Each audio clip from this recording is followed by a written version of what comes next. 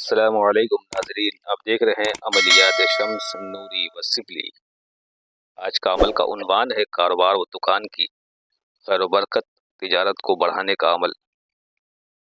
سب سے اہم مسئلہ جو ہوتا ہے انسان کی زندگی کا، وہ کاروبار کا مسئلہ ہے۔ جیسے انسان کی ریڑھ کی ہڈی کے طریقے سے یہ کاروبار ہے۔ اگر یہ کاروبار کم ہو یا ختم ہو جائے تو انسان کا دماغ اور دماغی توازن دونوں بگڑ جاتے ہیں۔ دماغ نہیں کام کرتا، کھانے اور پینے کو اور عبادت میں دل نہیں لگتا۔ تو ان تمام چیزوں کو، مسائل کو دور کرنے کے لیے یہ عمل بہترین و مجرب ہے، اور جو بھی اس عمل کو کرے گا انشاءاللہ اس کو نفع ہوگا اور فائدہ ضرور حاصل ہوگا۔ شرط یہ ہے کہ عمل کو بالکل یقین کامل، توجہ اور یقین کے ساتھ کیا جائے، اور جو اس کے اندر شرائط بتائی جائے اگر وہ اس کو کرتا رہا تو انشاءاللہ اس کو بہت جلد اس کے رزلٹ دکھائی پڑیں گے۔ عمل شروع کرنے سے پہلے بتا دوں کہ دیکھو، کوئی بھی عمل اگر شروع کیا جاتا ہے تو اس کے اندر پابندی لازمی ہوتی ہے، اور کاروبار کو بڑھانے کے لیے سب سے اہم مسئلہ جو ہمارا آپ کا ہے وہ نماز کا ہے۔ اگر نماز نہیں پڑھتے ہیں تو بھائی نماز پڑھنا چاہیے۔ جسے کہا جاتا ہے دعا اور دوا، تو یہ تعویذ و اعمال جو ہوتے ہیں یہ بھی ایک دعا ہے، یہ طریقہ بدلا ہوا ہے۔ اسی طریقے سے نماز میں اللہ سے مانگیں گے تو اللہ تعالیٰ رزق کو بڑھا دیتا ہے۔ اگر کسی کا رزق رک گیا ہے یا کاروبار چلتا ہوا رک گیا ہے تو اس میں دیکھا یہ جاتا ہے کہ آیا کہ آپ کے کاروبار پر کسی نے بندش تو نہیں لگا دی۔ آپ کا کاروبار چل رہا اور سامنے والے کا کاروبار چل رہا، آپ کا چلتے چلتے رک گیا لیکن اس کا چل رہا۔